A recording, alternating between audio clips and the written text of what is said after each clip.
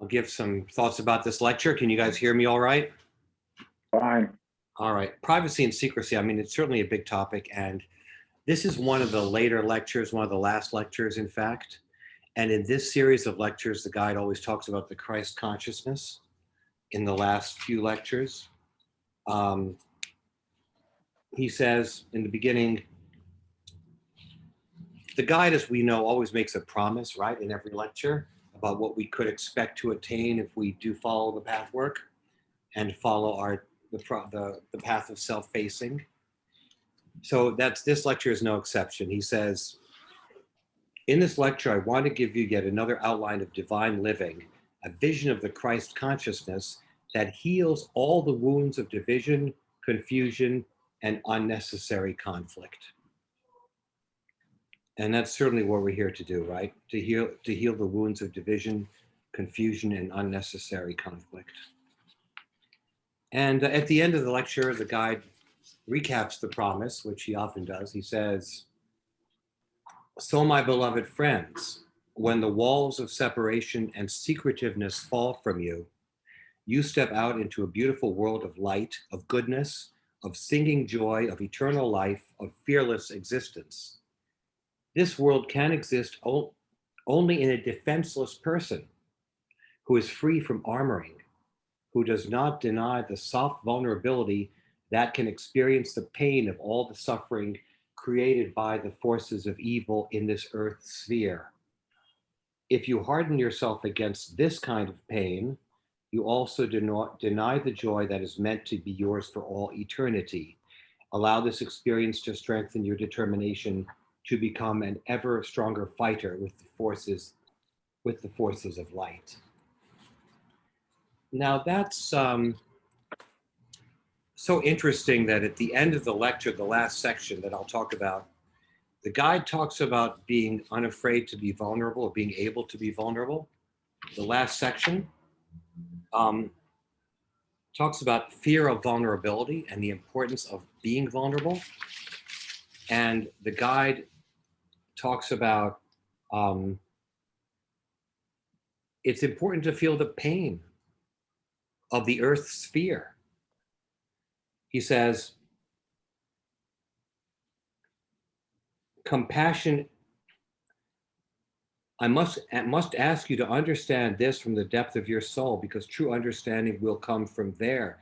Compassion and love, gratitude for the beauty of creation, appreciation of and joy about it must also create a deep pain when something is destroyed, a pain that needs to be suffered. This pain is ever so different from the neurotic pain, the pain by association, the pain of masochistic self-punishment that identifies with what appears to be a victim. This living, healthy, loving pain is also the threshold to joy and ecstasy. So, you know, when I read that, I was really reminded of Pope Francis and what he said in his encyclical about the environment, which I will briefly quote from. He says, praise be to you, my Lord. In the words of this beautiful canticle, St. Francis of Assisi reminds us that our common home, the earth that is like a sister with whom we share our life, and a beautiful mother who opens her arms to embrace us. Praise be to you, my Lord, through our sister, Mother Earth, who sustains and governs us, and who produces various fruit with colored flowers and herbs. This sister now cries out to us because of the harm we have inflicted on her by our irresponsible use and abuse of the goods with which God has endowed her. We have come to see ourselves as her lords and masters, entitled to plunder her at will. The violence present in our hearts, wounded by sin, is also reflected in the symptoms of in the symptoms of sickness present in the soil, in the water, in the air, and in all forms of life. This is why the earth herself, burdened and laid waste, is among the most abandoned and maltreated of our poor. She groans in travail. We have forgotten that we ourselves are dust of the earth. Our very bodies are made up of her elements, We breathe her air and we receive life and refreshment from her waters. So I thought of that when I read the end of the lecture about needing to feel the pain of the earth.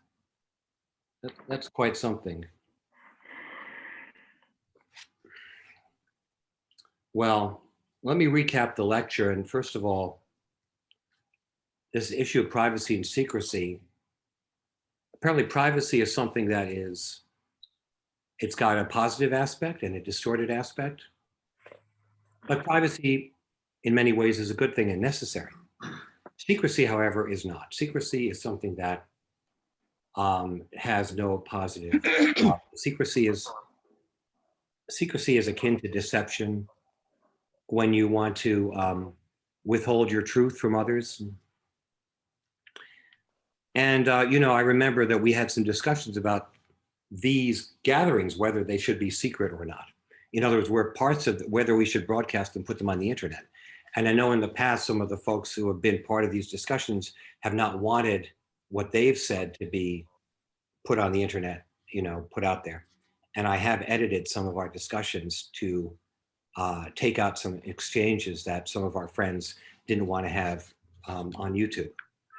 And that, I think, is a good example of privacy. People feel, as the guide says, on page 1, he says, privacy is legitimate need of the soul. You need to be by and with yourself. You need time alone in which you can delve into your depth and find new levels of inner reality undisturbed by even the most favorable influences and vibrations from others. At times, you even need periods when something you essentially desire to share with all your loved ones needs to be kept to yourself until it ripens sufficiently. So the way I saw that was that some of our friends, when we have these exchanges and discussions in this forum here, they may feel that they can share with us, with our small group here, but it may not be, as the guide said, ripened sufficiently to put out there and share with a wider group. And I certainly respect that. So privacy and secrecy, just speaking generally, I think everyone's familiar with the torment that people go through when they try to keep a secret, right? Shakespeare is full of it, right? Secrets which are being kept out of ostensibly good motives. I saw a show on the BBC called Dr. Foster, where there's this woman doctor whose husband is having an affair, and she suspects him, but he can't admit it to her. Even though she finds evidence, he will not fess up. So that's an example of course, secrecy, which is damaging to that relationship. And the guide does talk about privacy and secrecy between friends and also in couples, in relationships. I was also reminded of the famous story, The Necklace, you know, by Guy de Maupassant, which of course is the story about the French girl who goes to a ball and borrows a diamond necklace, which she thinks is a diamond necklace from a countess. And she loses the necklace. And she spends the next 10 years of her life struggling in poverty to get another necklace. She goes out the next day and she gets a very valuable diamond necklace and she gives it back to the countess, who thinks it's her necklace. But down the road, the girl, she's taken out a huge loan to pay for this diamond necklace, and she basically makes herself a slave for the best years of her life to pay back the loan. And then at the end of this process, when she finally pays the loan back, she meets the countess years later and she says, you know, I have to tell you what happened, that I'd lost your necklace and I had to replace it. And the countess says, oh, well, you know, that was a fake. Those are just glass. It had very little value.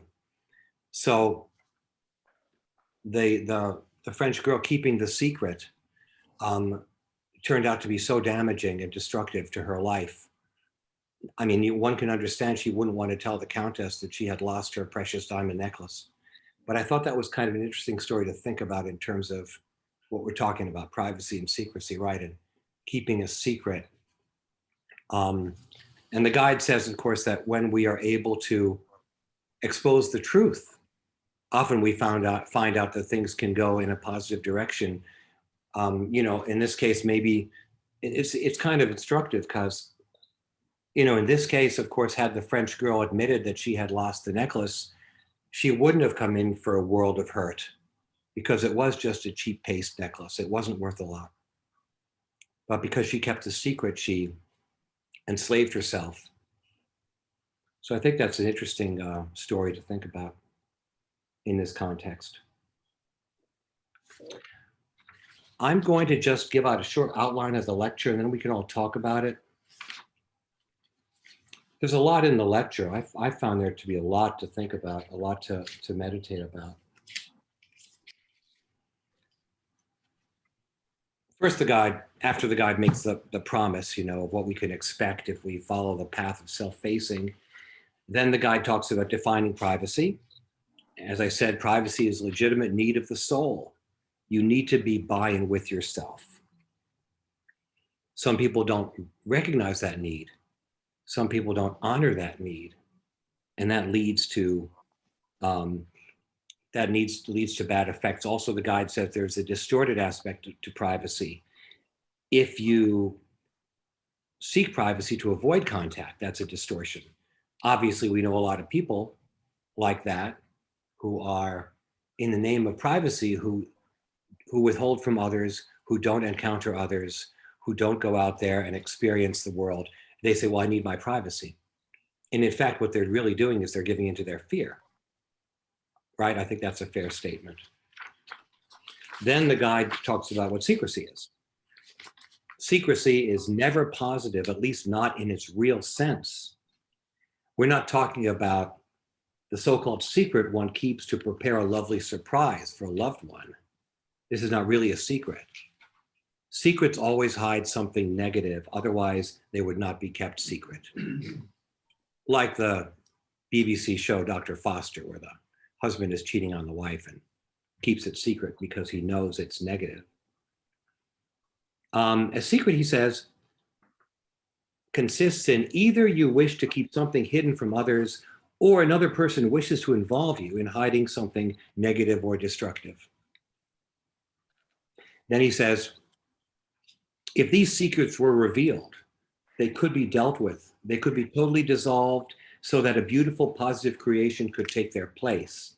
But by keeping the secret, you maintain and nurture negative thoughts, dishonest actions, and destructive behavior patterns.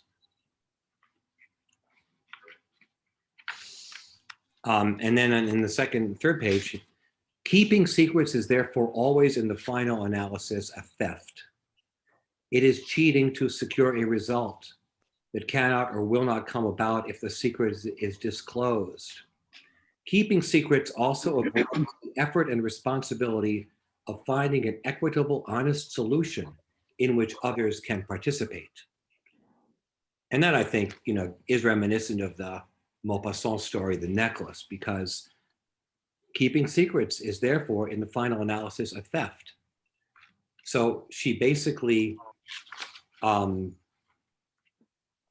is cheating to secure a result that cannot or will not come about if the secret is disclosed. Yeah, so the element of thievery, the element of not disclosing what actually happened. And then when you don't disclose the secret, what you do is, I think, is you prevent a resolution from coming about, that you really prevent divine grace to enter into the equation, where you might have a result that you're not expecting. And how many times do we does the ego fear consequences of being honest and truthful? And how many times when we are honest and truthful, does the opposite come to pass? We don't get hammered, we don't get assaulted or taken to task, we get forgiven. Okay, now those are the first two sections.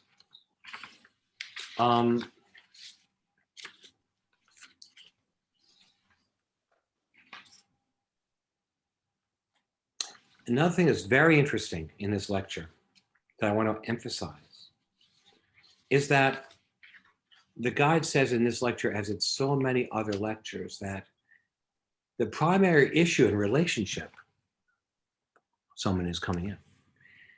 The primary issue in a relationship is really with yourself, not with others, right? I mean, right, Kevin? I mean, isn't that so often, the gravamen of it, the nub of it? The guide says that explicitly in two places here. On page 2, he says, paragraph 2, but if fear of contact exists at all, it is primarily fear of contact with the self, and only secondarily fear of contact with others. So the fear of contact that motivates a distortion of privacy, that you're not going to reach out, you're not going to encounter people. On a deeper level, it's a refusal to contact and encounter yourself.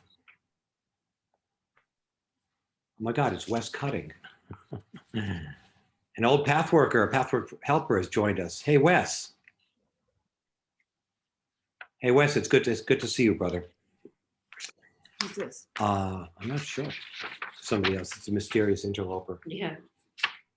Then the guide says this also again on page 3. The guide says,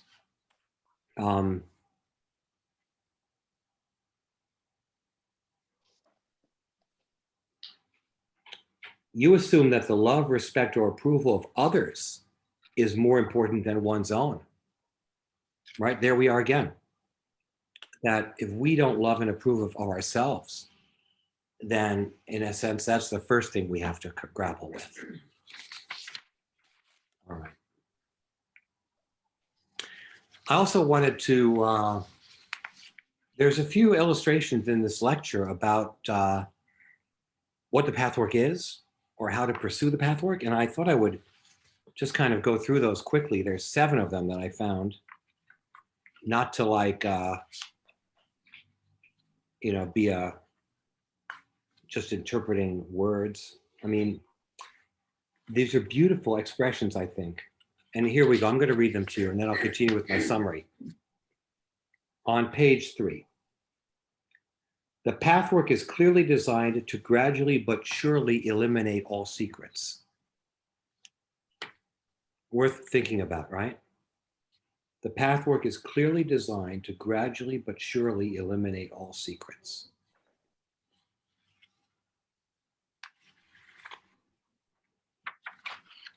Then on page 4, the process of dissolving secrets is the essence of the work you already do on this path.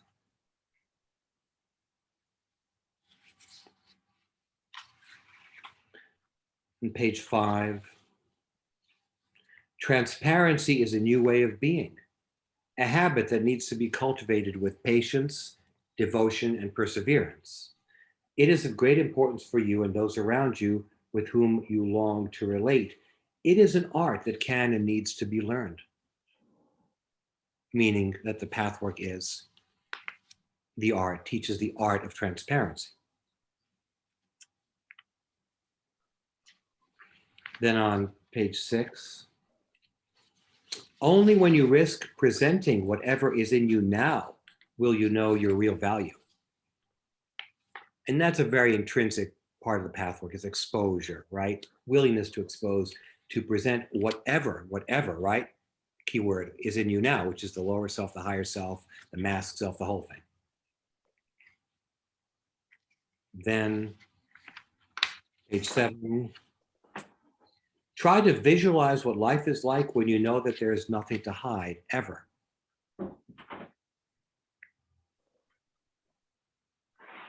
And later on, how can your divinity unfold if you are not free and if you continue to project a false self into the world?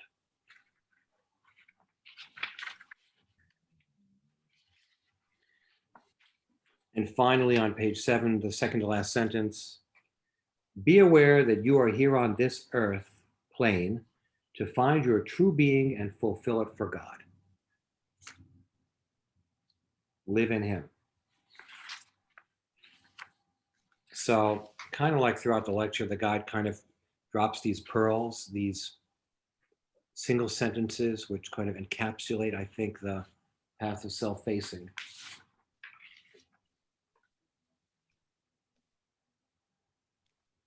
Anyway, so just to quickly recap the rest of the lecture, as I said, then there's a discussion of what privacy and secrecy means in the context of love relationships. That's and then in the relationships of friendship. And I'll note the friendship paragraph where the guide says, what's a friendship about? A good friendship means always includes the basic willingness to change a lower self action, a lower self goal, a lower self attitude. It requires the trust that higher self goals and activities will provide much of what you need. So the purpose, I think, of friendship has to do with being willing to share and to change a lower self attitude, a goal, or a lower self action. And, you know, I was thinking, my friends, I'm going to broach this later on, that way back in the early days of the Pathwork, before there were Pathwork helpers, there was something in the lectures which the guide called image finding teams. In other words, like I could get together with you, Taria. We're not Pathwork helpers. And we could share a truthful discussion about our faults or our images. We could try to find our images together. And that would be a wonderful thing that we can do. You know, I'm just suggesting that if people want to pair up, having the Pathwork knowledge that we have and the tools we have to discover and uncover images, that is true friendship. Now then there's another, before we get to the fear of vulnerability section at the end that I discussed, there's the big picture where the guide compares relationships to relations between nation states. And the guide says that basically relations between nation states are really vastly inferior to interpersonal relationships in this area of privacy and secrecy. And I think that the guide says, a kind of amusing quote here, it is universally taken for granted that opaqueness is sound diplomacy. And I think that that's pretty much even true today, just as it was back in 1978. I mean, you know, Biden may come off and say that we're all about human rights and we're all about transparency and truth, but most people don't believe that that's really what diplomacy is about, right? Diplomacy is about secret deals, secret treaties, undertakings that are not honest and not true and don't reveal what's really happening. You know, Edward Snowden, just, you know. And so the guide was really saying that we have such a long way to go in the relations between nations with respect to to privacy and secrecy. And that's quite an interesting section, really, where he talks about in this area, humanity is far behind where it could be and should be. Other areas of human relationships are much more advanced, although they too will leave something to be desired. Yet the marriage relationship is much better off than the relationships amongst different governments, where most of the distrust, deceit, and strife exists. As long as humanity fails to envision an altogether new way of interrelating, peace cannot truly be established. Sharing God's riches cannot take place. Justice and brotherhood will remain empty words. So, my friends, there's certainly a lot to take in and think about. And I wanted to open floor to discussion about these issues, both what you personally experience as privacy and secrecy and whether anything in this lecture touched you especially. Tracy, on you, my co-host. One thing I noticed in the lecture, in the meetings that I do with Jan, is that everybody goes around and it's basically processing with each individual person. And that I think my experience is very similar to what other people experience, which is like, you're like, oh, I have that. Oh, I have that. So like and this ties into not keeping secrets. When people reveal things that they're struggling with or their images or whatever, it doesn't make you it doesn't separate you from people. It's the opposite. It makes you feel connected to them because you see in their struggles and in their sharings your own vulnerabilities and your own issues that you're working with.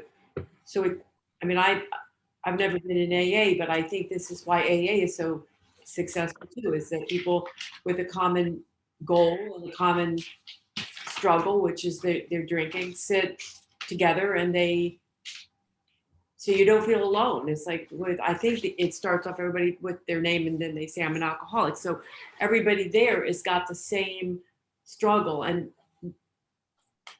it makes you feel connected to people. And this is the experience that I have with Jan in particular in the morning once I do Sunday morning with Jan, when we go and everybody, whatever they're struggling with at that particular time, virtually there's not a Sunday that I don't see in every single person's share exactly something that I'm also struggling with at the time.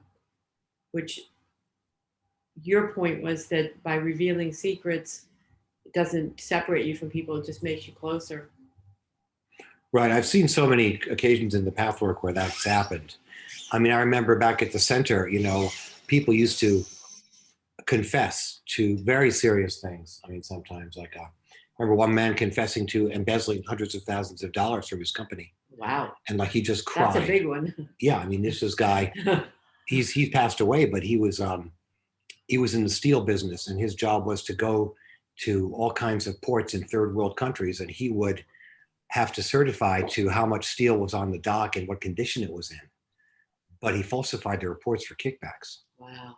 And so he cried about it. I remember in the group, he confessed, I've been doing this. I've been stealing money from my company. And of course, everybody felt really close to him after that.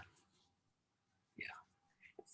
That's your point. It's like you would think that would make people. You would think, right, people would want to distance themselves from this guy. Right. But it doesn't work that way.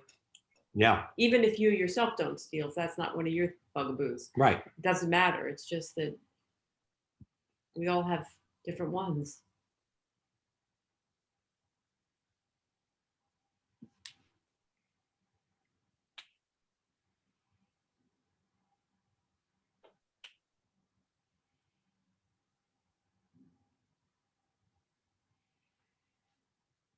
I guess in sharing, everybody has to make a decision as to what's private and what's secret, right?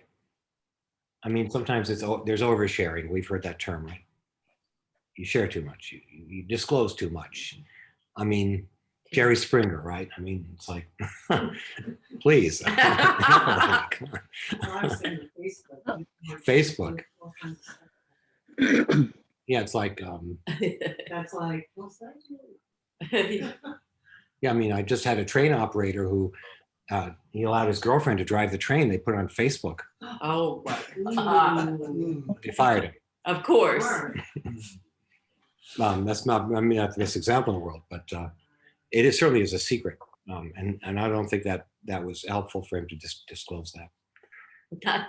Not to his paycheck. Not to his paycheck It might anyway. have helped anybody else that was thinking about doing the same thing. Yeah. Wasn't it like years ago there was some kid who was doing it so often that he was. Oh, you mean stealing the train? Yeah, like Oh, he yeah. was about 16 or something. He was always interested in trains. And every once in a while he did that. And then eventually I think that they got him, and I don't know what Well, that's like an obsessive compulsive disorder. Yeah, He was yeah. autistic, right? He had to keep stealing trains. How do you Something steal about- a train? Yeah. Well, when it's in the yard, if you know how to operate it, Oh, Right. you just, okay. So drive it out. anyway. Yeah. Juan, do you have some thoughts? Or somebody else? Or I think Juan's getting ready to talk. Yeah, well, you are. Yeah. Are you preparing yourself? Because I always otherwise I'm calling Kevin, Hey, come over here so I can, close it, right? all right.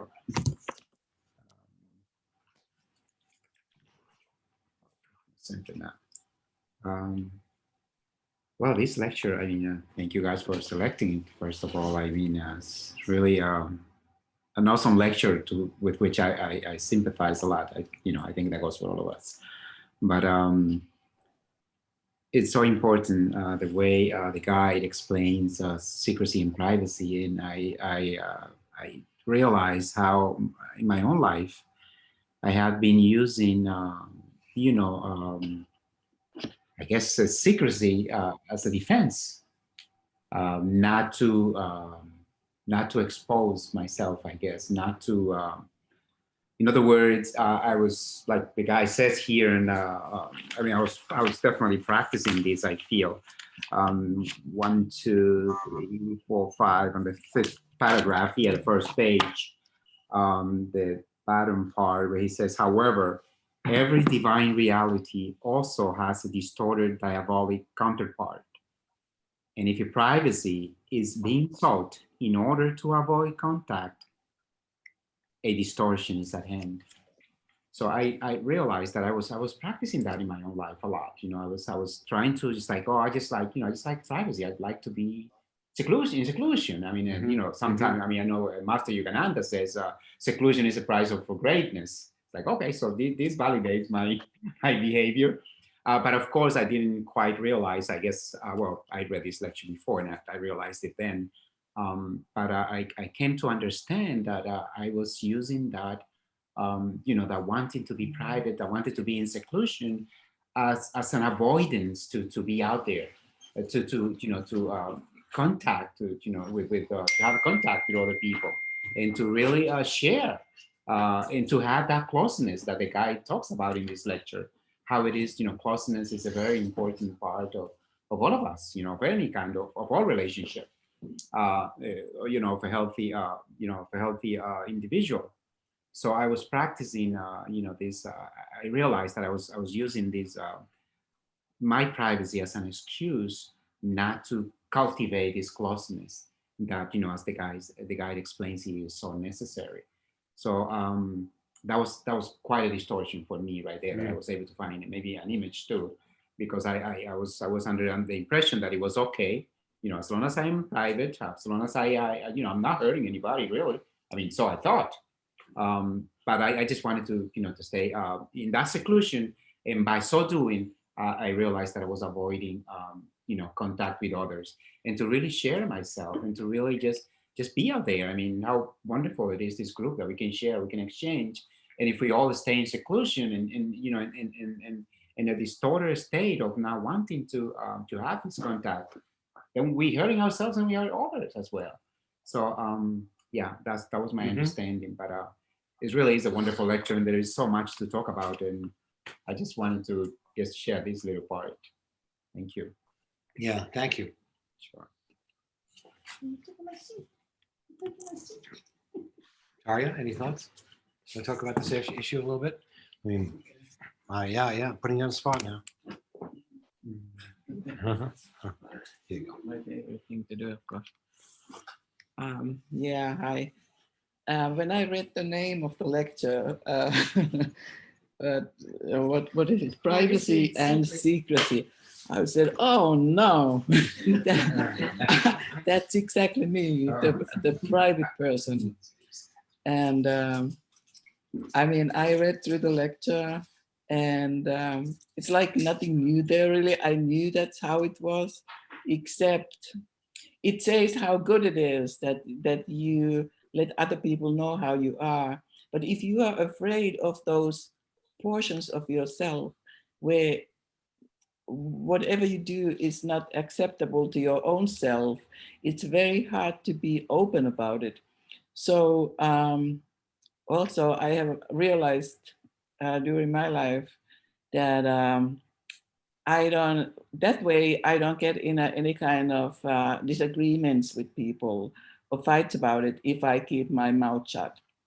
And that was especially in my earlier years when I talked a lot more what I was really thinking about and letting other people know it. So in a later life, I changed altogether and stopped talking. So now I don't talk much, but I mean in my head, the thoughts still go pretty much to that same route. Not exactly the same, because being with the Pathworks for so many years have changed some of my thinking. But The privacy, it's still a difficult part for me, especially in an intimate relationship. It's hard to be really honest. I can be honest with myself, but I don't necessarily want the other person to know how I really think about him. So, that was the big dilemma. I mean, even now with my daughter and like that, I may say one thing, but I'm really not necessarily think like that. It's like part of me that feels, well, this could be done differently. In other words, I try to bring my own ideas out, but I don't tell her, because I have learned now that it's better if I don't say them, because she won't do it anyway. So that's my take on this. Thank you. Thank you. I mean, I guess that just makes me think about, the kind of relationship you have. Is it the kind of relationship where you want to reveal yourself, where you can expose the lower self or not? Right. Do both parties have the agreement to do that or not? All right. Teresa. Hi. Yeah, I really agree. This lecture is extremely dense. There's so much in here. But just a few things.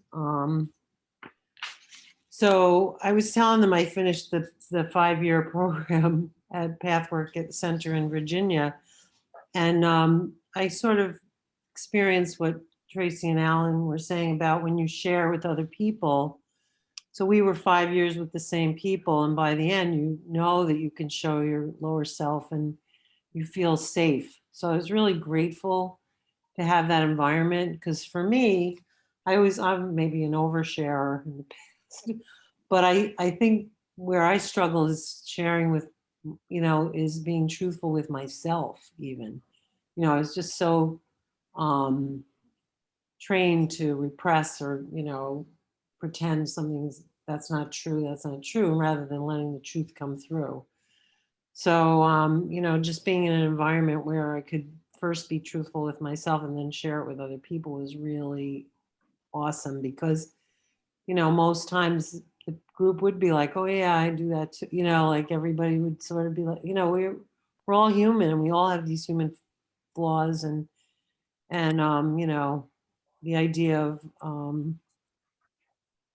exposing them and feeling vulnerable, that the fear of not being loved, and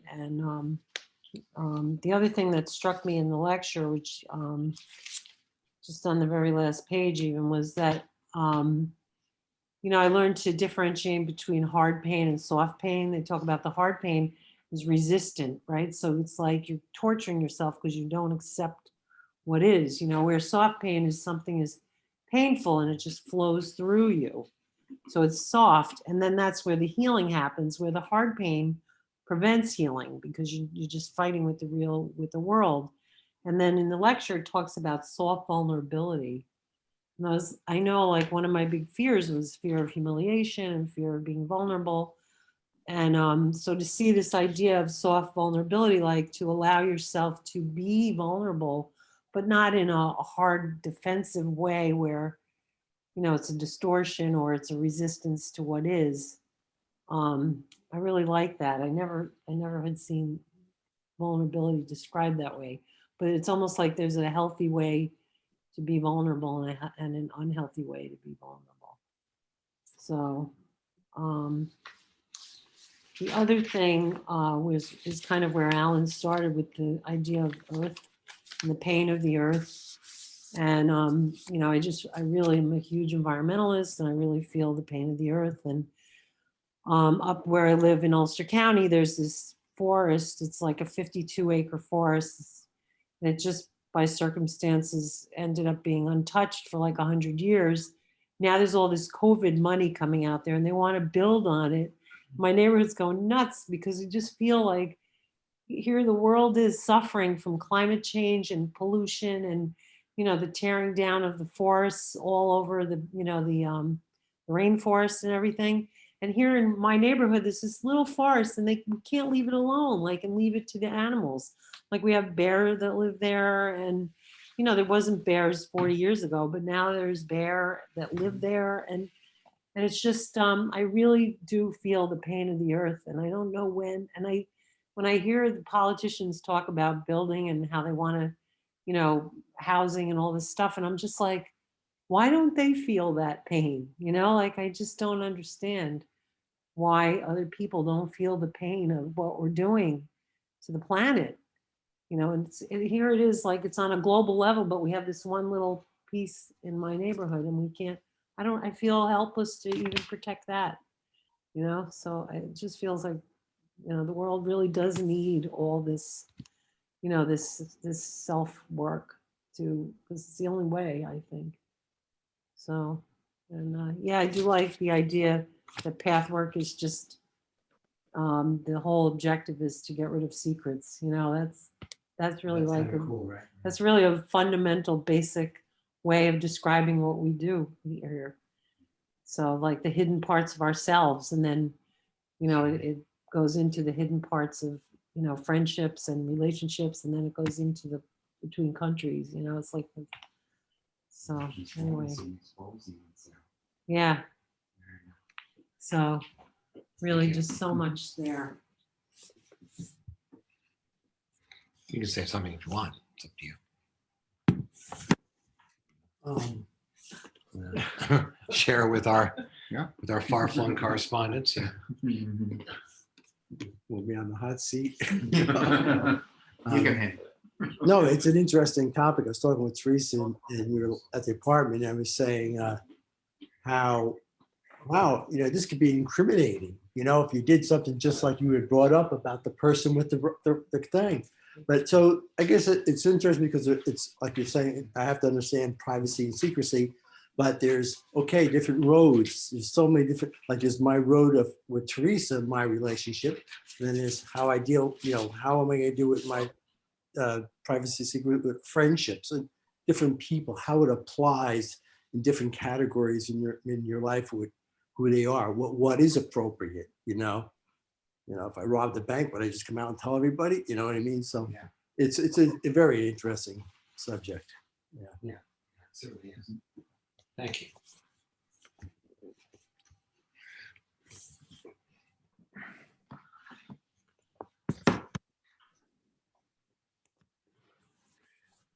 All right, my friends online. Who wants to say something? Hi, Alan. Hi, Tracy. Rita here. Hey, Rita. Yeah, we thought that Oh, might be you. Rita. Hi, Rita. Hello, Rita. Hi, guys.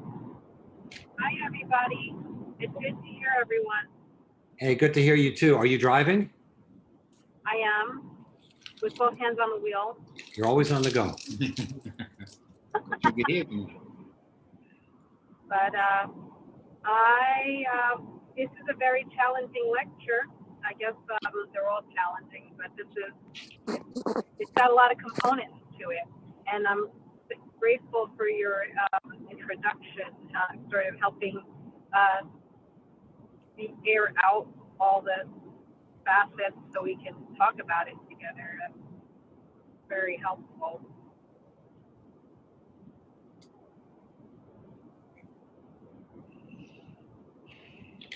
Is there anything about the lecture that touched you particularly? Well, a few things.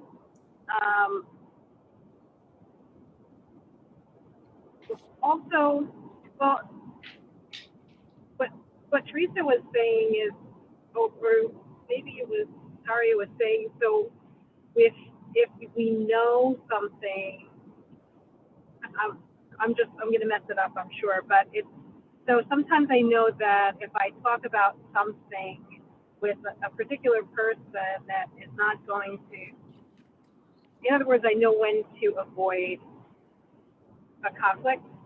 Mm-hmm. So I don't know if that qualifies as a secret if you know, when you actually know about and are willing to talk about something or to relate with that part of yourself, but you know that it's not going to be, with the expected or the hoped way of relating. Well, I think that that goes back to what I said to Tarya, right? Because it depends on what the relationship is about. I mean, what kind of commitment is being made by both people? You know what I mean? I mean, if both people agree to keep certain things secret, maybe the relationship is not really a very positive one. Or it's pretty segmented. It could be pretty, Compartmentalized. yeah, compartmentalized. And that's not bad. It's just to recognize that is actually a certain type of freedom. Right. Hmm. Yeah, the recognition Okay. has to come first. And that is its own sort of dealing with being honest with oneself, Right. right? Right, because if you're honest with yourself and you come to the conclusion that you have to keep certain things secret or compartmentalized, then that's an important thing to realize. Hmm. Or it's like you don't always have to share everything about, like, for instance, Pathwork. Would you necessarily share about Pathwork with everybody? Well, I don't think so. I mean, because, that has to do with, who's devoted to a spiritual path or who's willing to take part in the spiritual path. Hmm. Yeah, like I wouldn't talk to a bunch of transit workers in a crew quarters about my spiritual path. Maybe I would. Maybe it'd be a good idea. Why not? But the guy talks about, he says, once everything is out in the open, once this is emptied out and all of you is made known, the process will take over. I guess the process of transparency, of self-knowledge. Once you have emptied yourself, the dynamic process of soul development can be shared much more easily. So you accumulate all this stuff, all this bullshit, all this garbage, right? All this stuff that you can't reveal, all these secrets.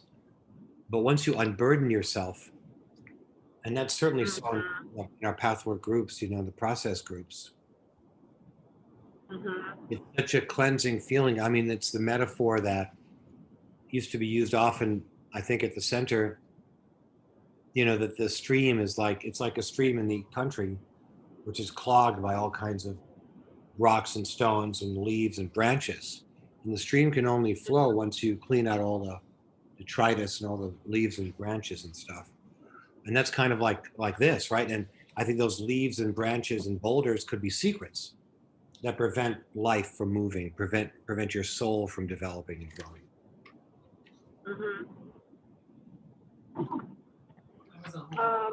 What, Alan, what if, so related to this, what if you are very aware, but this is why it's so great to have our community, we can talk with each other about these sorts of things, right? I think, isn't there like a time and a place when this self-facing in the presence of another is more helpful, or would be considered in some cases, as you were just talking about, could be considered oversharing, depending on the way that it's done? Sure, definitely. And I think, right? I mean, when it feels like oversharing. It seems like most things are oversharing, unless we're in a state of mind that we're like, oh, it's listening time, it's spiritual development time. Other than that, I don't notice a lot of willingness to listen on anybody's part, and I would be including myself there. I think that, your intuition comes to the rescue. If you pray to be in truth, if you try to say, what is appropriate, what is true in this situation, I think you'll often get an inkling of what you should say or could say and what you can't say, what you can share and what you shouldn't share. It's an intuitive thing you have to cultivate and awareness to cultivate. Oh, thank you. That is a great insight. Kevin, are you anything else you want to add, Teresa? I mean, Rita, I'm sorry. I'm looking at. Oh, no. Oh, thank you so much. I'm grateful to be here and miss everybody. And thank you for this forum. Thanks for taking us along on your ride. Okay. Hi, everyone. Thanks for that sharing, Rita. It really was, it was really helpful for me to hear some of your questions. I think all three of them, when I heard them, they helped me see a little bit differently. I guess, how could I put this? With what Alan said about intuition, that's one way of looking at it, but how it came to me when you were saying it was more about the energy that inside of me that would underlie what the solution would be in a given moment. There wouldn't be any rules on behavior or on activity or on the appropriate action, but there would be a seeking inward in me towards what if I felt a softer energy towards a given direction. If I felt a hard energy that was stiff and constrained and compulsive, I would know that that's not the right path. I wouldn't necessarily know why yet specifically, but I would know that, let's say, oh, that must be the wrong path for me to go in that situation. And so I think we could find peace within any of those confusing moments by comforting ourselves with saying, well, this is what felt right to my inner being. And the way I guess I look at that is like an energetic, because I feel like, you know, the tightness in my chest or the gut or something like that. It's more bodily where I'll experience that energy. And I hope that helps a little bit, Rita, to maybe be a guide going forward for those kind of instances.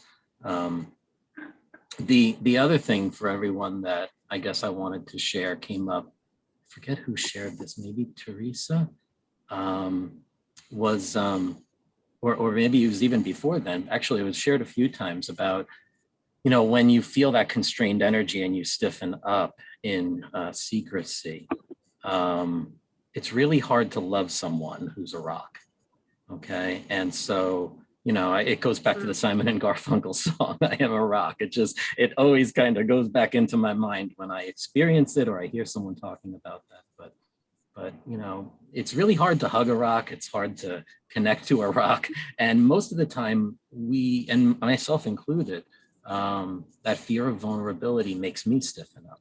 It makes me not want to share. It makes me want to, oh, did someone call on me or not? Or, oh, is it my turn or not? Or, oh, well, I look foolish or humiliated in this situation. And, you know, once, I guess what happens to me personally, and hopefully this is helpful to share as well, is once the plug is pulled, then I do start going forward and I have a lot that I want to share. And I think I experience that as a softness of feeling connection. And I almost don't want to give it up once I start moving into it. So there's a human need for connection. And I know in that moment, I'm kind of compensating for withholding and being nervous and being tight for too long in those instances. And I'll notice that, you know, at Best Buy, I'll notice that on the street, I'll notice that in Starbucks, I'll notice that everywhere. Wow. It's funny, in this situation with everyone here, I think we've built such kind of a community that, you know, beside the being on video and all that jazz, I wish I was in person really, but the video stuff kind of bothers me a little bit. But beside that, it's like, if I could just be there with all of you, it's like being with family. It's like being with friends. It's very open and relaxed. And I wanted to just take a moment and thank you all as well, just for creating that environment and sharing that environment, because it's very instrumental. So thanks. Thanks, Kevin. Thanks, Kevin. Hey, Wes, are you there? Is that really you? Wes Cutting, ladies and gentlemen. Oh, you're on mute, Wes. So, you know, I originally joined the path. Well, the real motivation for me to join the Pathwork, well, I was desperate for one thing, but when I heard that you can say anything, absolutely anything, and it will be welcomed, that's what moved me. Okay, I just felt this tremendous sense of freedom. But then I learned subsequent to that, not very long ago, that I would share things to be provocative and to be the center of attention. I would share anything, the most horrible things you could imagine, my secrets, the works, because I wanted to be the center of attention. So, of course, that short-circuited the capacity to be what you were talking about, Kevin, softer and present and in relationship. So I had a very contentious relationship with my father. So I really got what sort of set this up for me, the idea of sharing the worst, was that I came alive when I was in conflict. If there was a conflict going on, I felt alive. If there was no conflict, I started to feel this horrible emptiness. Therefore, my sharing would be about conflicts with myself and others. And I betrayed people's privacy often at times by sharing issues that involved them that really belonged on my plate. So I remember your dad, Alan, once said to me, Wes, you're addicted to negativity. And he was absolutely correct. Because the whole idea of the lower self and all fit right into this scheme of being the worst I could be. I'm going to be really honest and share the worst crap you can possibly imagine. And I thought, well, that's great. That's great. That's what I'm supposed to do. But meanwhile, the intention behind it, like I said before, was to be the center of attention and to really be like the king, which totally undermined my process at the most fundamental level. For a very, very, very, very long time, I destroyed relationships. There was a very heavy price to pay. I'm still paying it. And so I'm still struggling with what it is to be in intimacy with someone and be like my own self alone. But then there's another self over there, right over there on the other side of the room. They're alone. But there's a shared thing going on. I'm just learning about that. I'm honestly just learning about it. I'm 76 years old. I'm just learning about that. I'm grateful to finally be learning about that, but and not violate their space, that sort of thing. I still do it at times. I still have an outburst.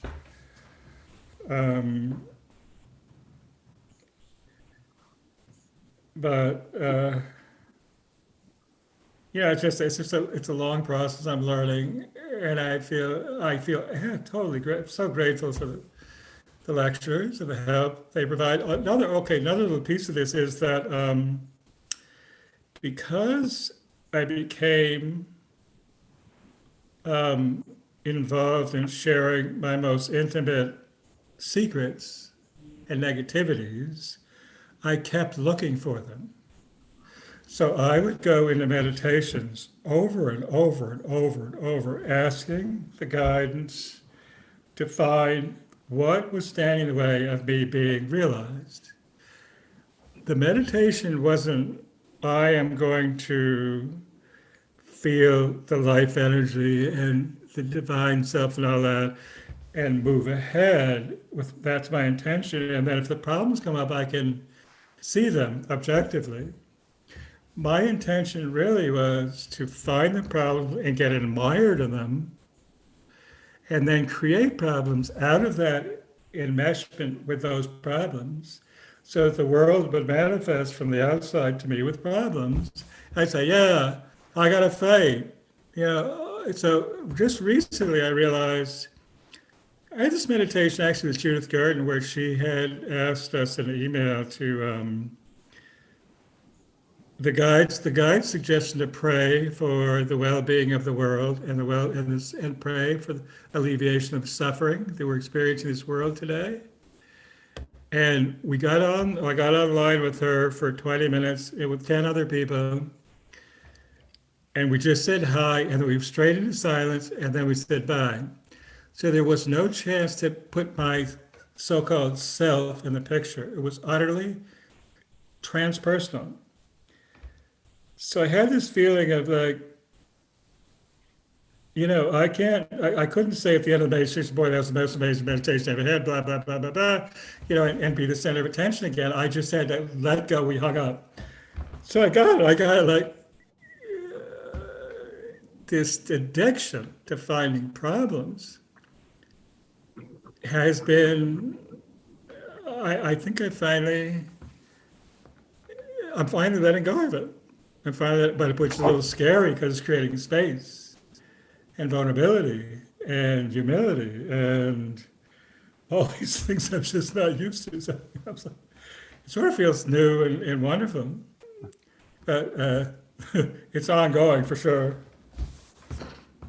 It's good to hear. Yeah, you know, it's funny. I tuned in, and I clicked the button, then I clicked it off, but then it went anyway, and here we are. It's like I was nervous. I don't know. It's calm, not calm. Yeah, man. So anyway, I'm glad to be here. It's good. It's so good to hear from you after all these years, brother. Yeah. Cool. I guess I have to go this way. Wes, you got our email. You're on our email blast list, are you What's not? that? What's that? Got the email, right? I got the email. Yeah, I'm on the email list. Yeah. Yes. Yeah. I am. Pathwork helper. You're not working with anyone, right? Wes, it's been a long time. Not now. No, I'm not. No. Yeah. No. Which training group did you graduate from? Do you remember? Four. Yeah. Your dad was my teacher for a while. Yeah. I love that guy. He was wonderful. Thank you, brother. Yeah, he was just wonderful. Wonderful man. My mom just celebrated her 100th birthday. Yeah, I saw that. I have this intention to go see her sometime, but You certainly can. Welcome. well, I'm living in Vermont, but I'd love to do that. I just love to do that. I didn't know I was going to be here, so I didn't shave, but anyway. Next time. Everly, do you have any thoughts? Yeah. I guess I relate to what Taria was saying about learning very early not to say anything. So I kind of have always been a person who doesn't talk a lot. So this lecture had a lot of interesting parts for me. And I think the part that stood out the most for me was when they talk about how really good it would feel to feel completely defenseless. That word defenseless kind of struck me. And I was thinking that in when you're sharing with somebody, I think it's probably less important what the content of your sharing. And what's more important is how open and accepting you feel about yourself in your sharing. Yeah. So that's pretty much it. Yeah, I think it's an excellent point. Your own communication with yourself, as I mentioned, the guy talks about your relationship with yourself being primary. Mm. Yeah. Even, aren't things there in Florida? Well, I'm not going to tell you because I want to be private. Okay, that's legitimate. But I'll tell you anyway. Things are good. Actually, I'm probably going back to New York Monday. I was reading the lecture. I was trying to listen to people rather than practice what I was going to say. And I had so many convoluted thoughts that I just gave up and listened to people, which actually is a lot more interesting and fruitful. We were speaking about being defenseless as feeling good. I don't know if we kind of agreed on that or not. To me, feeling defenseless is more like standing nude on 42nd Street and Broadway. I'm not sure it would feel that good. I grew up in a household where if I wasn't private and secretive, I probably wouldn't have survived. So I used that as my primary defense, and I carried it through life. And I set my life up in accordance with that. Now, you know, I find that if I do share, I'm not speaking about this room per se, but a lot of people either are not interested, don't understand, or are thinking of their own thing. So as I share, I kind of get the feeling that I'm sharing to a wall. Now that may or may not be true, but that's my feeling at the moment. Not with everybody, but with most people. And I kind of think that's probably true. So I think there's a point where sharing is good, and I think I have to use my intuition, as we said. You know, when I'm saying too much and it's not called for. And then when I walk away, I feel embarrassed that maybe I burden them with too much or whatever else. Because when I'm on the receiving end, and I'm a pretty good listener, and after my real day job, I actually became a psychotherapist as at the Gestalt, which the gentleman behind you knows about. People would share with me, not necessarily within the environment of psychotherapist, therapist, helper, patient, or whatever, but they sense that I'm a good listener, and they would open up. And frankly, it became boring. I just felt that they were using me. And I felt as a receptacle. So it tended to further my need for privacy. And I'm a very private person. And what's nice about being in Florida is you can be very private because I'm in the middle of a swamp practically. And I'm with my partner, and she's very open to my privacy. We do share, but you know, I think back many years ago when I was in a relationship, and she and I agreed that we would share everything. And after a while, I thought I was psychotic and delusional. I didn't know where she ended and I began.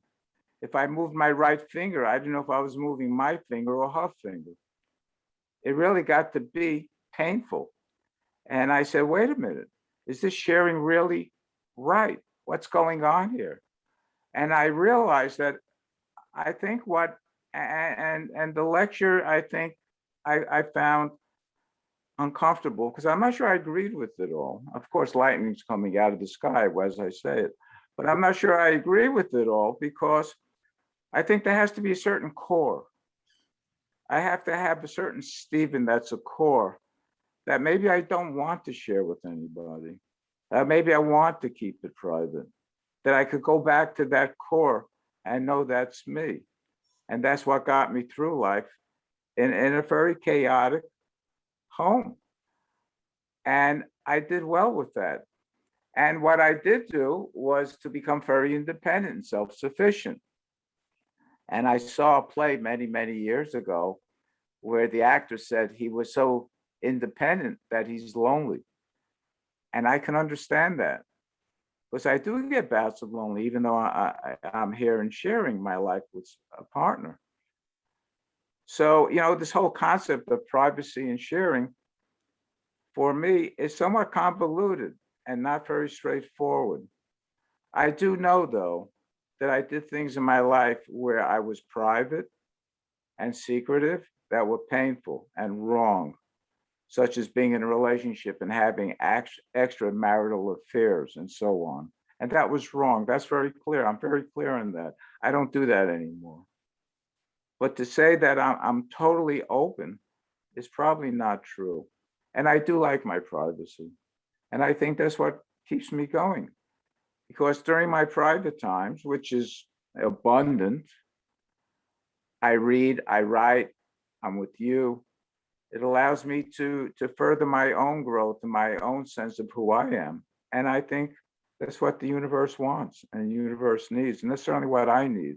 So I need my privacy. So when that's interrupted, I find that I get very irritated.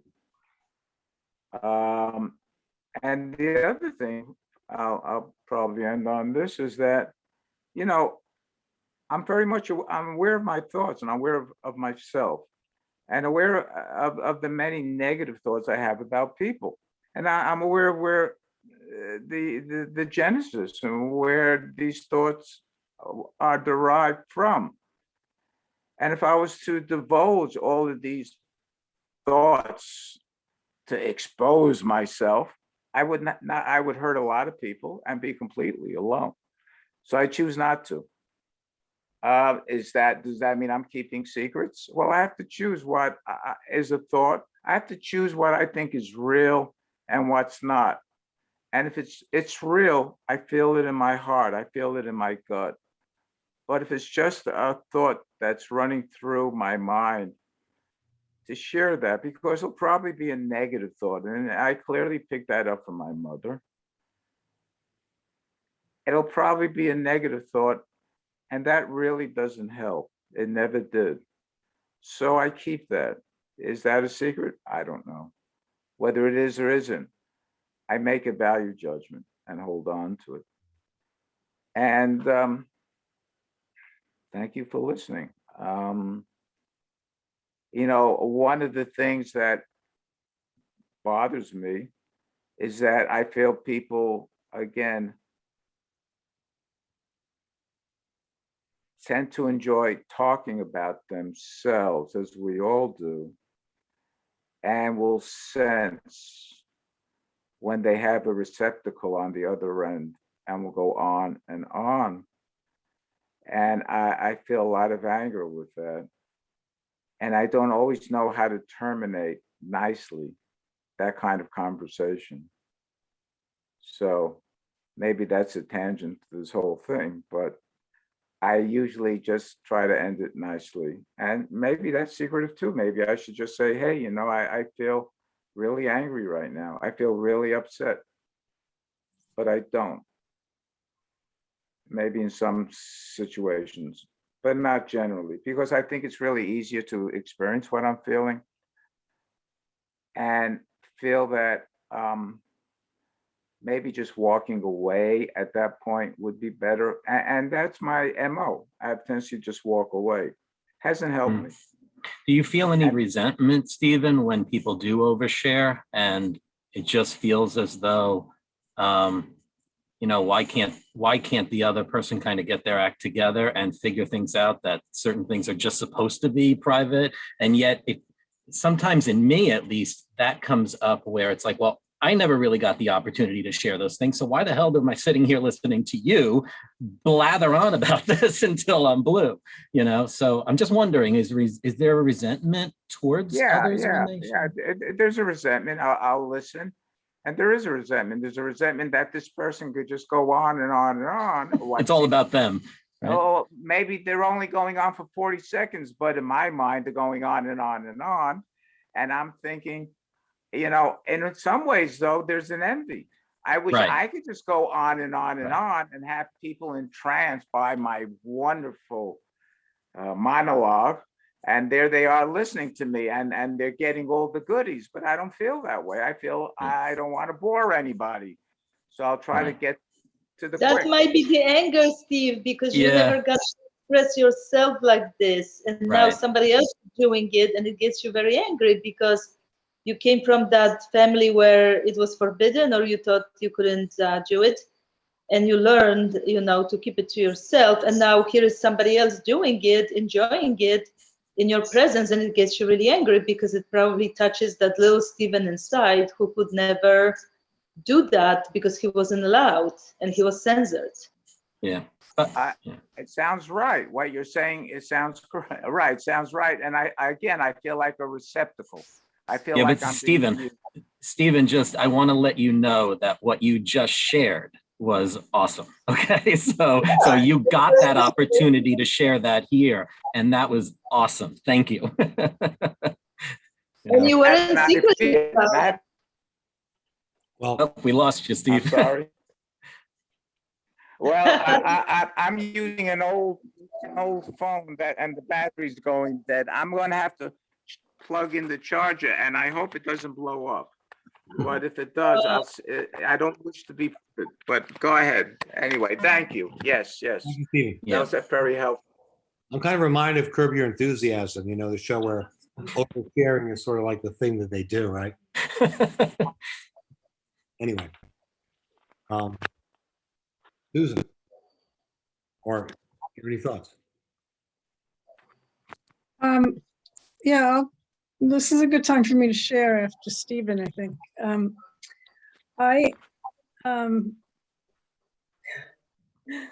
I always come in here ready to share, and I have all the stuff I want to share about. And then I remember that this is going on YouTube, and I go, well, oh, wait. It really helps me with my boundaries because I can overshare. And that wasn't always the case for me, but because I came from a place of family secrets, once I disclosed them, and everything that resulted, the rejection and all that, it took me a long time to learn that there are safe places to share this stuff, and then there are places like with your family that where it came from that are not safe.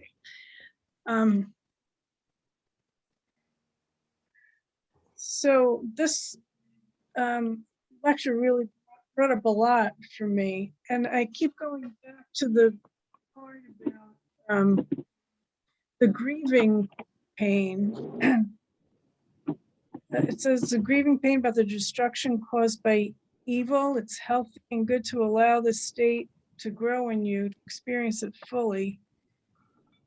It manifests in different ways, and the more aware of your vulnerability you become, the more you will experience this very healthy pain. So I'm just seeing more and more about myself, how I've allowed this whole history to be an excuse to block my ability to be in an intimate relationship, particularly with my husband. I'm thinking about, and having the tendency to want to always blame him instead of taking responsibility.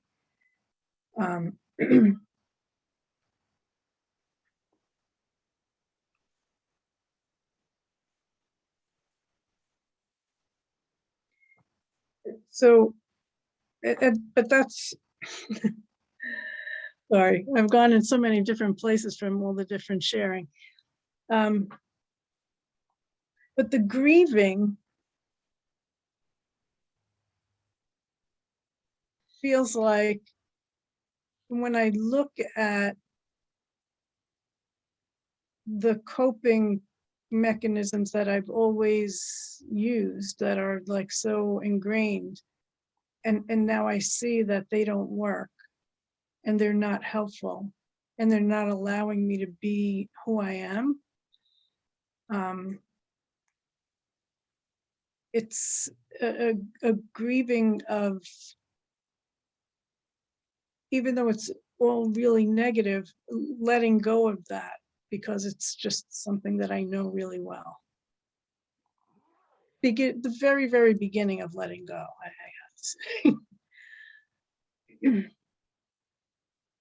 Well, am I correct in feeling that grieving is paying the price? In other words, the awareness of the price you paid for. Yes, yes, yeah. Thank you for giving me those words. Right, that you expressed it much better than I was able to.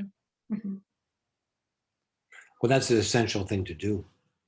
I mean, that you can't make progress without grieving. I think that's what the guide is saying here in the last couple of pages. Mhm.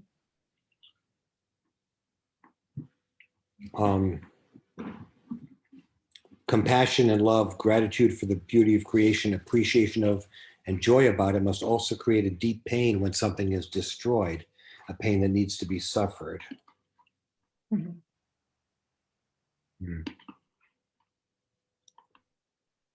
This is a very deep part of this lecture here.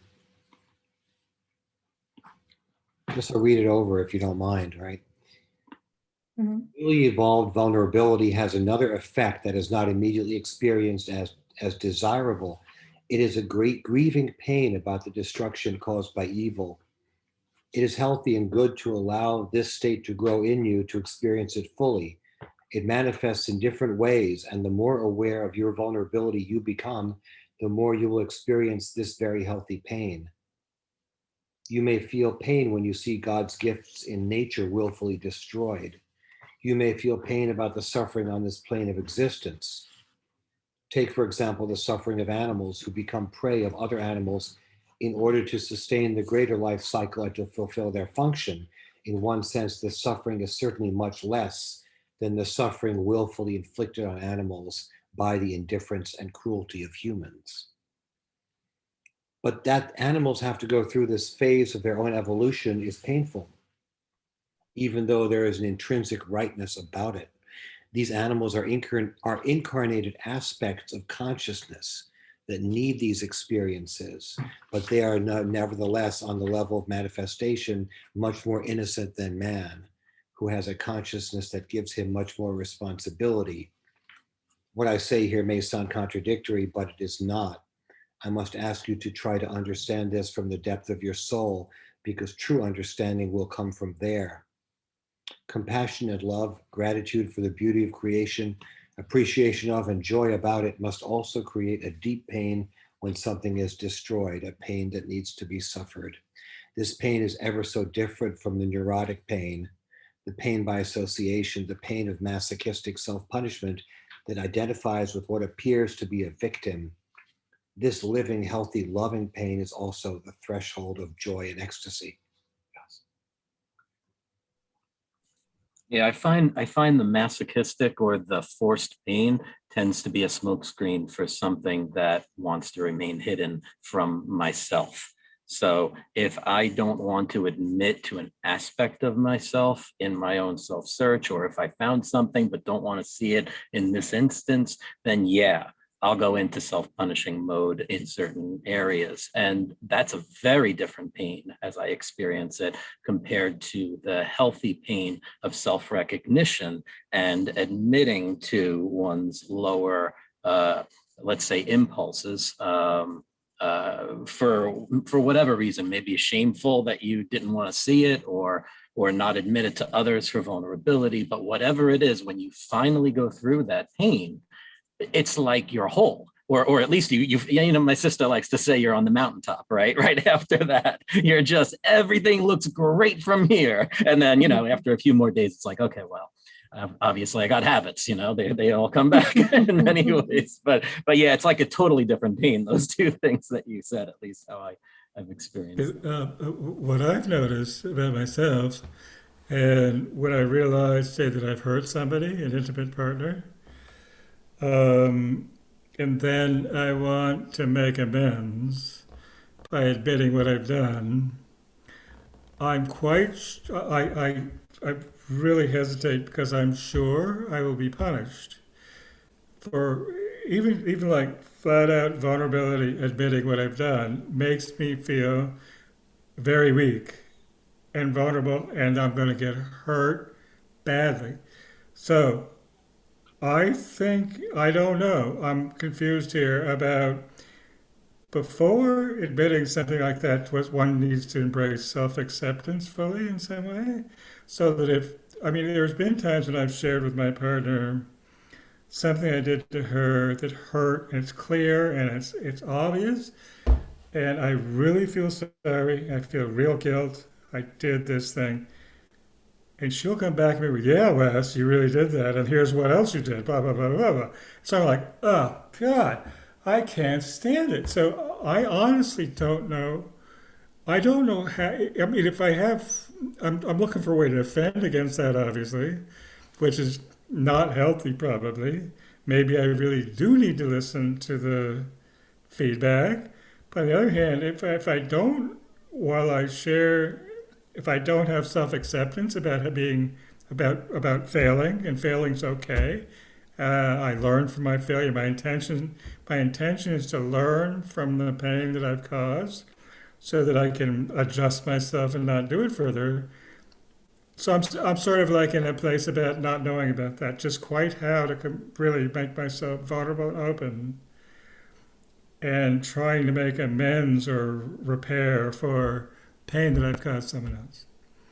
It's still a conundrum for me. It's a conundrum for me. I'm a little on the fence about it. I know I need to do it. I know it's appropriate. Yeah, But so Wes, I fear punishment. Yeah.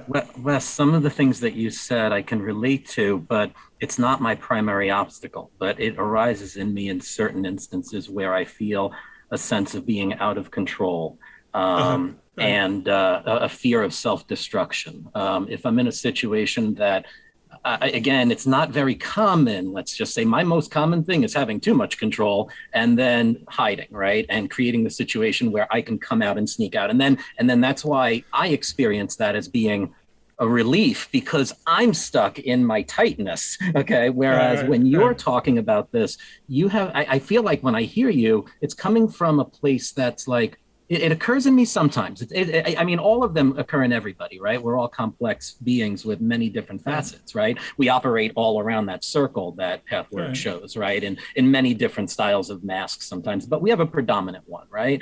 And so in that way, I think the way that we run our energy, we tend to find a certain way along that circle of will, emotion, and thought that tends to work to, over time for survival or for whatever it is that seems important to us. And so the way I think I go back to the same thing that I said, or that Alan said about intuition, or about the energy that you feel under that. If you feel the fear of the sharing, I think that's telling you something, right, in it. And it's not, and that's very valid for you, Wes, because that's where you're at, right? Whereas where others might be at are very different places, but yet it's still kind of there's a way to recognize, I think, the balance of what sharing is. It's just the method with which and what feels appropriate for you in a given situation. What honors your soul, as well. You know what I mean?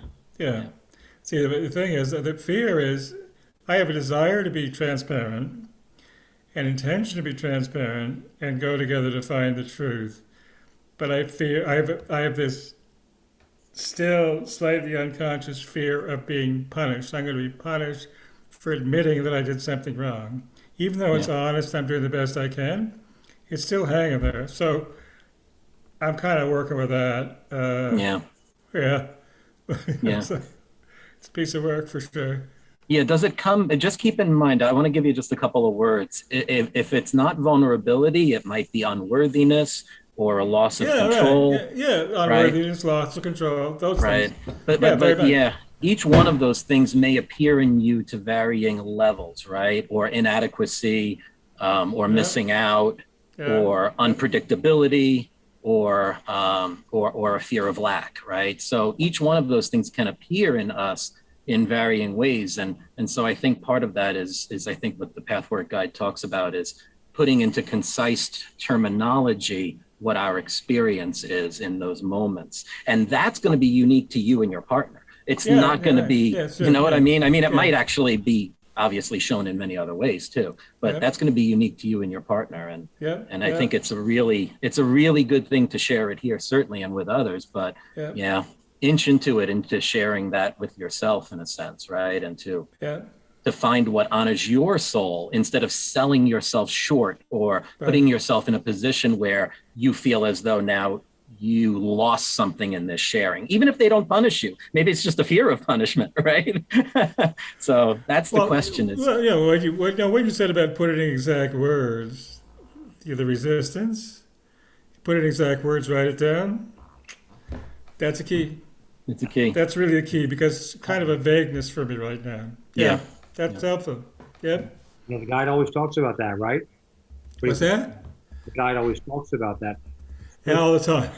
and Alan, I bullshitted myself for many months and years on the Pathwork journey anyway, because when you do it, you obviously don't have the awareness of every day. Your awareness may change, right? And as you do it, you can only see a certain amount. So you're kind of grasping a little bit. Well, how does that feel in this? Well, what the hell, how can I verbalize that? Oh, what does the thesaurus say about this word? Or what does that really mean? Or, oh, that's the word that kind of makes me feel right, you know? And I'll tell you, you look back at my image list from like a year ago, you're like, wow, you've really kind of morphed into more clarity in some areas, you know what I mean? And yet you were just grasping in the dark for a long period of time. So just keep at it. Keep at it. You're used to writing things down. Yeah. Yeah. What have you got there, Teresa? Really wish you could feel yourself. The Holy Spirit will inspire you with the appropriate words, and the walls you have built around you will dissolve. It says you make an effort to communicate, you'll be surprised to I didn't really hear you. Yeah, it's talking about that paragraph. I'll look at this paragraph. I'll read what the point I want to make is that communication is an essential part of self-revealing and openness. Effort is needed, a lot of effort, but this effort will be highly rewarded. What first appears to be embarrassing only seems so because you believe that you cannot really put it in the proper words. Try and the words will come. You will develop a new wonderful way of expressing yourself, and that in itself will enhance your sense of security and adequacy. Your initial inability to express yourself adequately is totally due to your unwillingness to do so and to let God inspire you. If you sincerely wish to reveal yourself, the Holy Spirit will inspire you with the appropriate words, and the walls you have built around you will dissolve.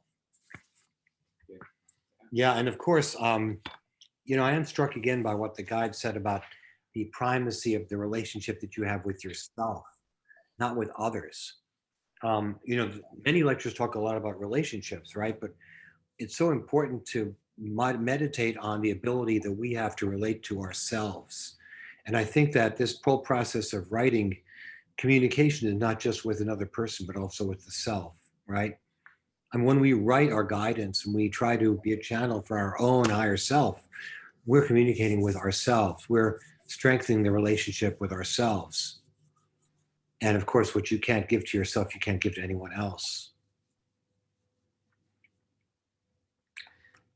Not only that, Alan, but if you have that basic willingness to observe and to really be brutally honest, there will be circumstances in life that will come to put you a mirror to your face so you can recognize when you're lying to yourself. Like I just had an experience at work where, I'm more of a senior person and another worker had left, and they moved somebody like 2 levels below me to replace this guy, and they moved me to his position. And my ego got very, very wounded since I'm much more of he's been there longer, but I am more of a senior. And I had a conversation with my manager. I think I lost you, Teresa. Now that's what happens when you don't have a labor union on the job. Just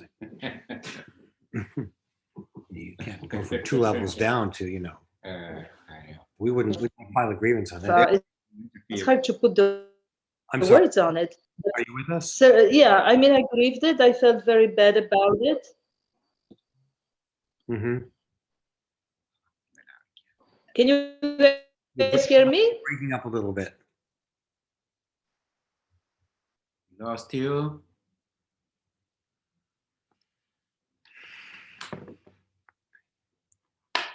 Can you guys hear me? My Wi-Fi is acting up. I hear you now, Teresa, but you're breaking up somewhat. Okay. So anyway, long story short, it showed me the aspect of myself that I wasn't aware of. Whereas I am not totally following the rules at work because I want to cut corners, have it a little easier. And yes, I work hard, but I also feel like, oh my God, how hard I'm working here. Whereas other people just do it without complaining. And I just realized, yeah, there is an aspect of myself that wants to have it easier. You know, and it just became obvious to me through my own words, like how I reacted to it. I said, well, my ego was hurt. I, volunteered this judgment, but then I went deeper and I'm like, what is this pain? And it turns out, yeah, it's a pain that I am not putting 100% every time because I'm resenting the fact how hard they're working me. So I'm withholding from them, but then I'm expecting, a certain treatment from them, whereas I am withholding at times. And so I think if you have this need for honesty in general, the circumstances will align that will put you a mirror to discover your own lies that you are telling to yourself. Well, that is. And you have to face up to them. Right. That's why the guide says that if you're on a spiritual path, cause and effect come quickly, one after the other. Yeah. Right. Yeah. It happens pretty They hit you in the face. But I just wanted to volunteer in general that I just love this lecture so much. To me, it's one of the most optimistic lectures because there's so much truth. I feel I was brought up like Stephen. I don't know if he's still here. Secrecy and hiding everything and never telling anything and all of that. There he is. Hey, Stephen. So I completely resonated with you. But now I met some people and I was in relationships with friends who are very vulnerable and honest. And I just love that. I love the people being completely themselves in whatever they are, whoever they are, showing who they are and sharing however far. This is the most lovable thing. This is when you can really love people. And so I understand perfectly what Stephen is saying, because my mother always made me feel like I'm worse than or better than. I never had the very balanced assessment of myself. I was always either better than these people or much worse than these people, but I was never like allowed to be me. And now I'm looking at people who are them and I'm loving it. This is what endures people to you, when you can see who they really are. That's the most endearing and lovable thing. That's what you fall in love with.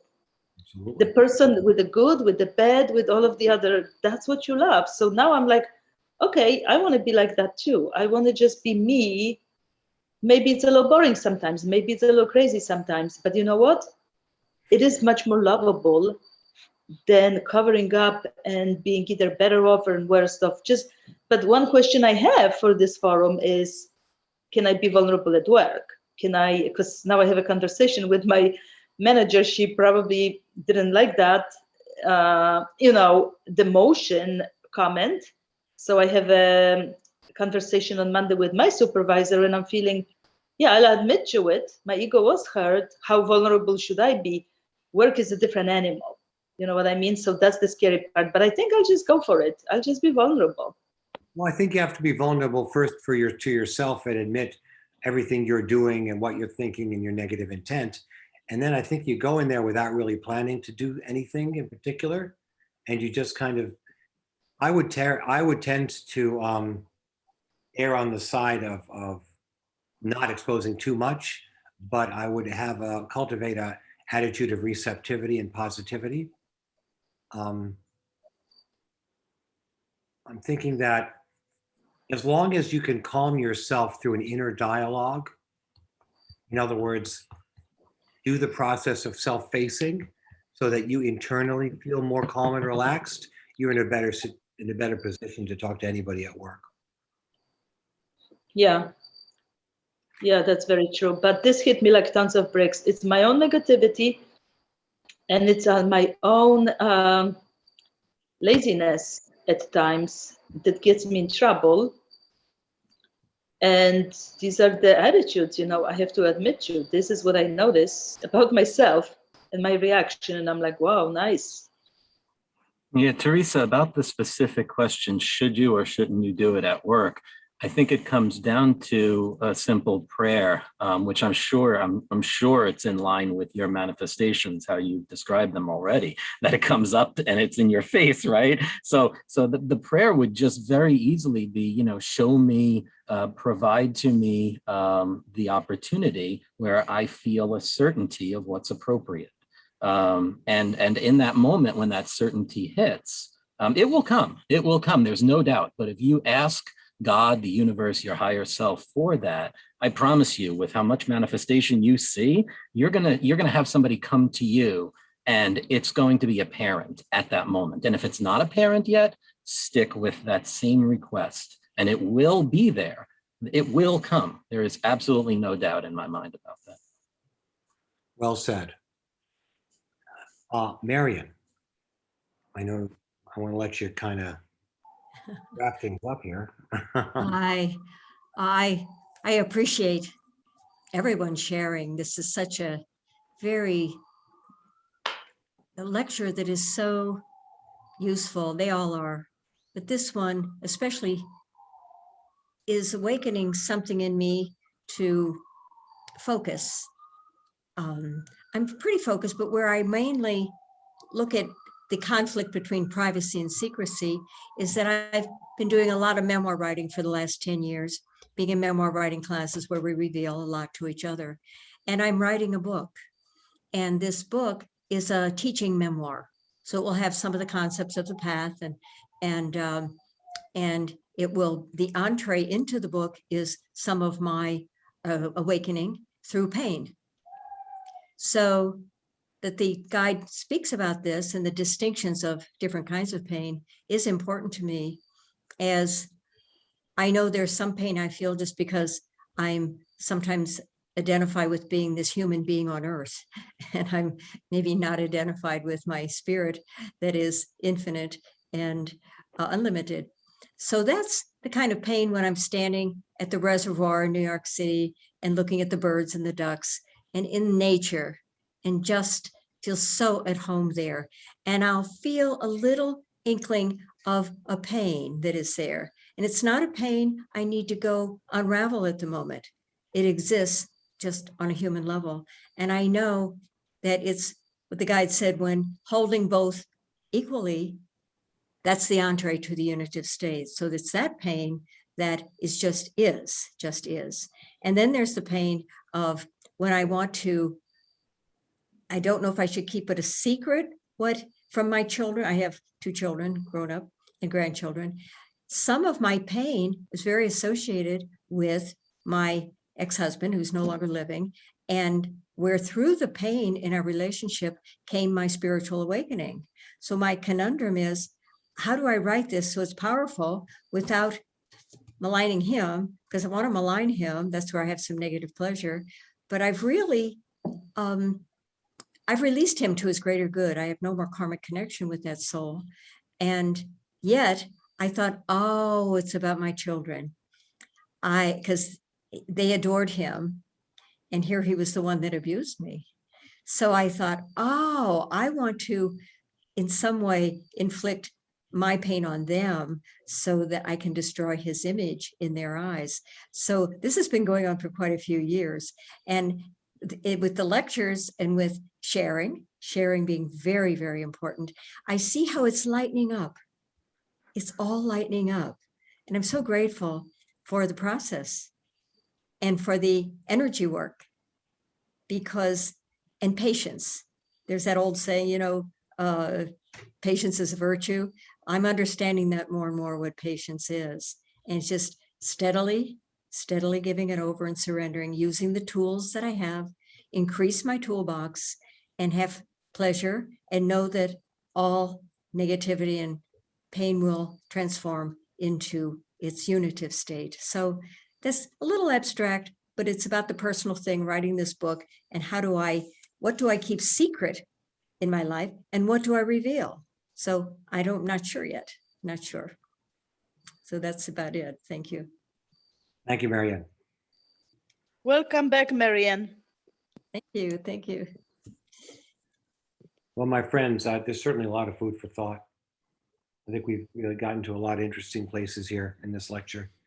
And anyone else like to say anything, or shall we have our meditation? All right, we're going to have our 10-minute meditation. And let's meditate about privacy and secrecy and vulnerability, and about the need for being able to feel that pain that the guy talks about, that is the gateway to joy and ecstasy. I think it's in the bathroom. Tracy's going to get the candle. And I'll read a little bit from the lecture.